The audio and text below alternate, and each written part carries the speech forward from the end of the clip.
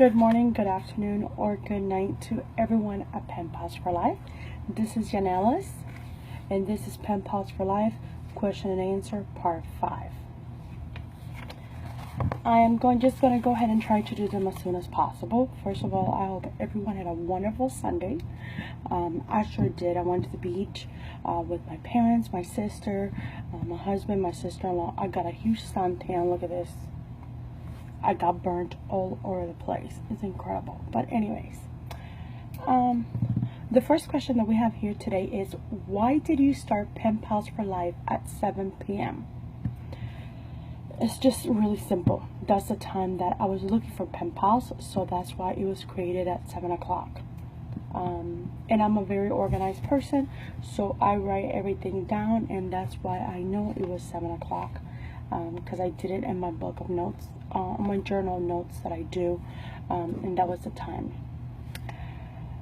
Who is your first pen pal? As I said, I think on video number 1, Selena, and we're still pen pals today.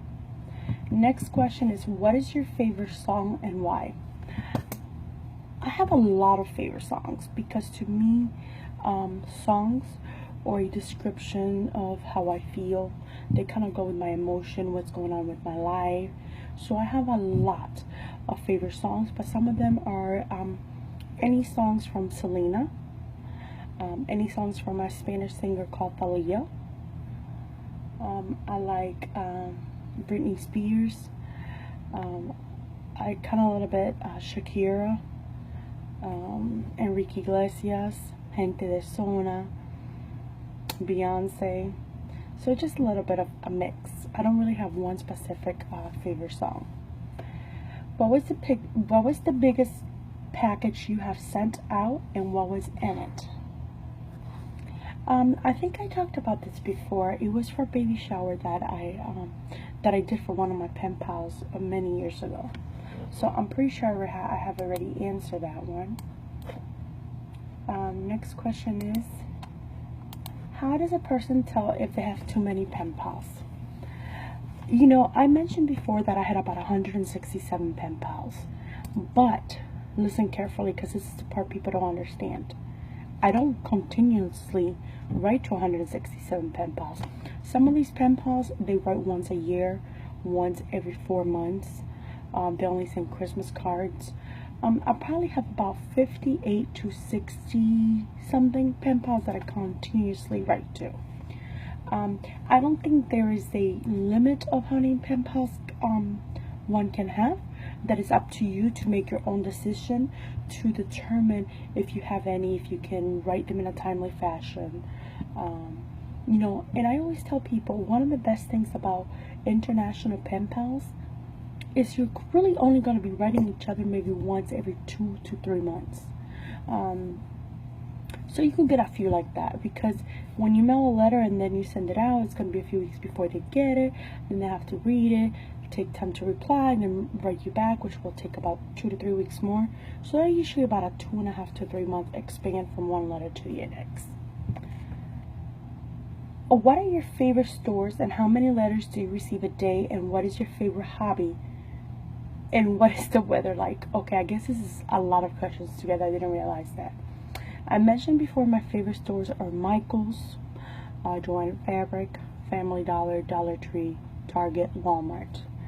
I don't have a limit of how many letters I receive a day. Sometimes I don't get any. Sometimes I get 10. Sometimes I get 20. Sometimes I get 5. It just depends. Some of my favorite hobbies are reading, dancing, karaoke, the beach, photography, traveling. And what is my weather like right now? Today it was 89. How did you come up with a name for the group and why? PenPals obviously is what I was looking for, and I wanted somebody for life. You know, somebody that could be there for me for my whole entire life. And that's how I came up with PenPals for Life. I wanted to find some everlasting friendship forever, and that's how that name came up. Have you heard of washi tape prior to PenPals for Life? No, because back in 2010, washi tape was not as big or as as famous as it is today. How do you manage to keep up with your own pen pals and manage the group and manage time and family? Organization. That is the number one key. You have to be very, very organized. You have to be someone that does not play favoritism. You have to put aside a little bit. I'm gonna see if I can do a little graph over here for you guys.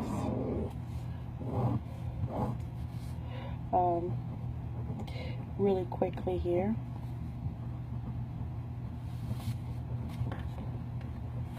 This is what I usually try to do. I try to do this half of my life dedicated to my family. That means husband, dates, mom, you know, everything. Then I split my other half of my time between pen pals for life and just any other thing that's going on. However, this right here, let me get another pen. This right here sometimes turns into this, and I end up going and setting my time this way instead, which my husband does not like, by the way. Sometimes this is what my life looks like. So my intention is always to have my life like this, but it turns out to be like this. Some of the keys or organization. You have to be very organized, like I said. I think that's the number one key. Well, that's all, folks, for now. So we'll see each other in the next video.